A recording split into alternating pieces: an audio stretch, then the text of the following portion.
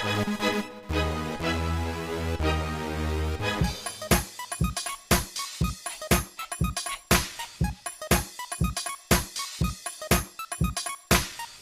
are all about the girls in the paper. Freshen up, half an hour later on the mirror. So clean, looking so good, looking pretty mean. White teeth, fresh pair of shoes. Well, Club Risky Business is really a 10-part series which basically revolves around three main characters, David, Charlie Lucky, and Sachi. And these three characters are what I would say a typical Zambian man embodied in these three characters. You could know these people, you could have met them on the street. And the series really follows the lives of these men and their women and how they behave in sexual relationships and whether they take responsibility for those relationships in times of HIV and AIDS.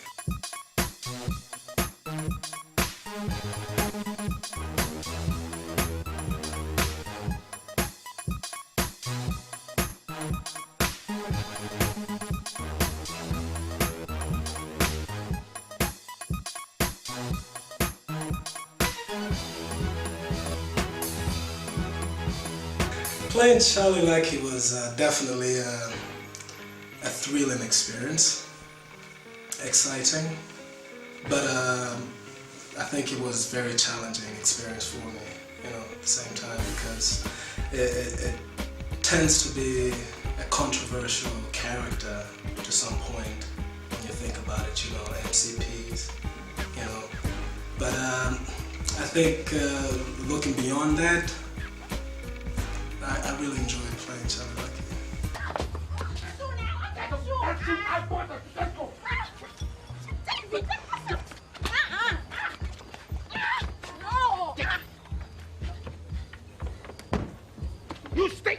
You stay there.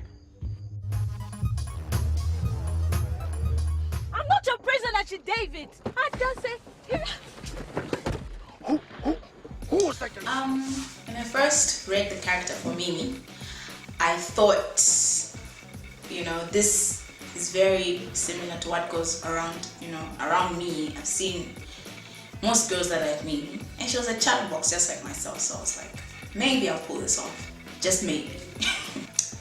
Let's see. He's a fun-loving guy, so to speak. He's the kind of guy that he's a man's man, meaning that he's the kind of guy that guys want to be around. Well, how we actually came into the project in the first place is that I had paid a visit to Richard Harrison at Society for Family Health, and he had asked me to look at some scripts which had initially been drafted around an idea of these multiple concurrent partnerships, and then invited me to a meeting where there were other partners, Health Communication Project and Zambia Center for Communication programs.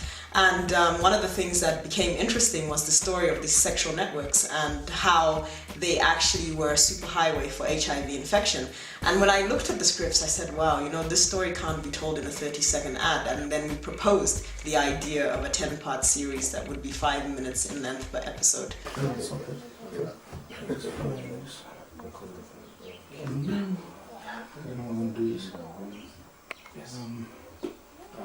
It might not be necessary.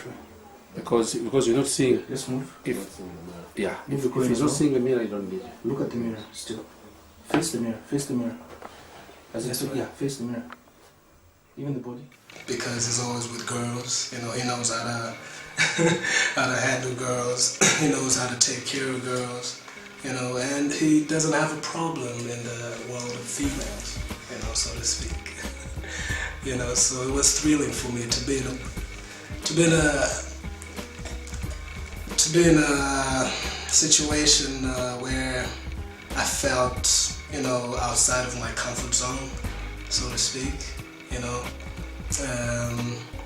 He's also a lovable guy, and he uses condoms every time. can I say? Go. And pause. Yes. Hey, yes. Yes. Okay, one more. For me. Actually, she called me. She's like, "Tell that David guy, blah blah blah." But no, just my friends tease me once in a while, call me Mimi, and so you like Balis, huh? And I'm like, oh God, the stereotype. No, I don't like Balis. Ready. Come. You can do your entire dialogue. Finish. Okay. Come out. When you come out of the car, walk this way, like you did the other side. But let him get ready. That guy. Popo, get ready. You running, Chris?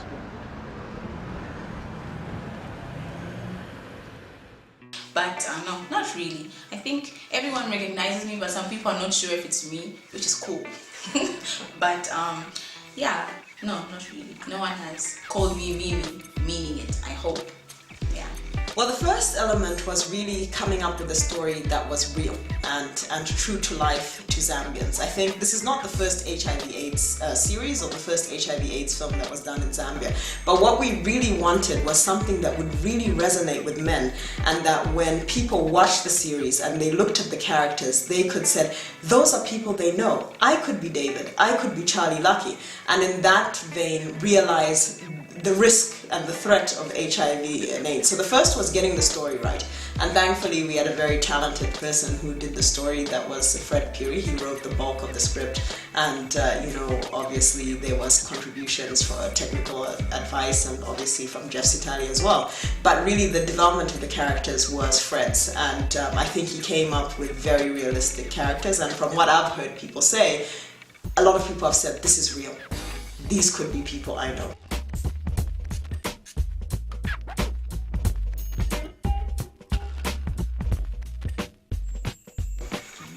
I think also one of the challenges also were that we wanted to do a high value production. So for us, getting the right team together, the right cameraman, the right sound people, the right crew was really important, and we took our time to make sure that we could find people that we felt would really be committed to the project and really want to make a really stellar movie. Club Risky Business was actually shot as a movie. Many people don't know that, but it was shot as a movie and cut down into the 5-minute episode that subsequently ended up airing on ZNBC. So editing 22 hours of footage and getting it down into 50 minutes worth of film was extremely difficult and complicated, because there were so many things that had to be cut out that made the story brilliant. But I think the editor Kenny Mumba also did a fantastic job in bringing it all to life in the post-production process as well. But perhaps that barman has give me a real drink, I think, no? No. He says something. There's lots of peer pressure, especially for people who are like in like college, or even just kids that are growing up, and those that are not very fortunate to have certain things.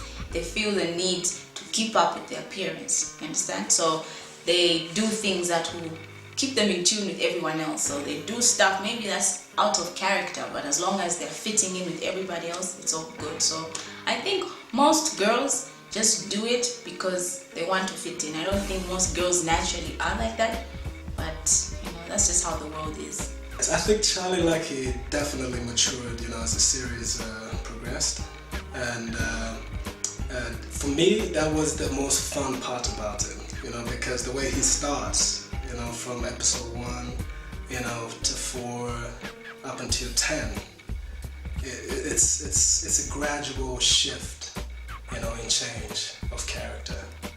You see this guy growing, maturing, excuse me, learning, the other dangers that he faces in his lifestyle. Drop it. You see, you made the baby cry. You storm off. Hush, baby.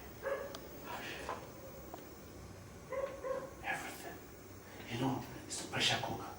When you lift the lid and the water has reached boiling point, it can only turn into vapor. And you feel that.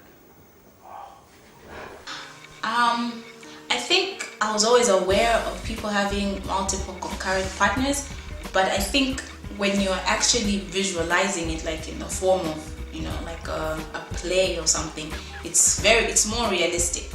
And let's see. Yeah, so I think it makes me more conscious actually. I'm more scared of what anyone is doing. I'm like, so I wonder how many girlfriends that guy has, you know. I think it's good because it keeps you on your toes. But I mean, you can't really keep asking, but at least you're aware, so it's a good thing. The car scene, oh my goodness, the club scene, that was funny. Because I could just imagine getting caught in the club, first of all, and, you know, your body catches you with your youngster. It was just a very dramatic scene, and I think you notice many people have all these fights when you go out, and you always wonder, like, what's the story behind it? So, I guess I could relate somehow to that story. It was funny for me, anyways. Yeah, I like that scene, though it took us a very long time to shoot, and I was tired, but it was fun. It was fun to shoot. It was realistic. I think my co-actor partner was really good. He helped me out, and it was really nice actually. I even love you. You're no one without me, but David. That's it. Just that you old man looking. How could you do that to me? How could you embarrass Joy and I in front of my friends and family? How many times am I going to tell you that I said I am sorry? Do you honestly think I did that on purpose? And besides, Jessica is also acting strange these days. I think she suspects something. Well, maybe the time has come for you to make a decision. To choose between us. Oh, come on. Sanjay, Joy and I can't always be number 2 in your life. Veronica, you know that's not easy. I've been married to Jessica for the past 7 years. And besides, I still love her. So, you don't love me. You don't love your only son. Come on, Sachi. You know I'm still young. I've still got market. You treat me like I don't know. You know, you just, what I'm trying to say is, it's not too late for me to be number 1 in someone else's life. There's so many men out there who are willing to marry me and give me what you can't. You see? You see what you've done? You've made him cry. Me! Veronica! Yeah, another thing, Wale, please, I need his sound as well. Okay. If we decide to cut... My overall experience in club risky business, you know, it was, there was a lot of learning, you know, and a lot of humility, you know, and had a lot of fun. I made friends, you know, and man, I had a great time with the cast and crew. The whole time we kept laughing. I mean, I think that was, I think playing club risky business was one of my most fun experiences in a long time, you know. My experience has been great. I liked the script. I liked what it was aiming for, and I just hope, even if there's just one person or 2 people out there who get it, I think it was a very good campaign.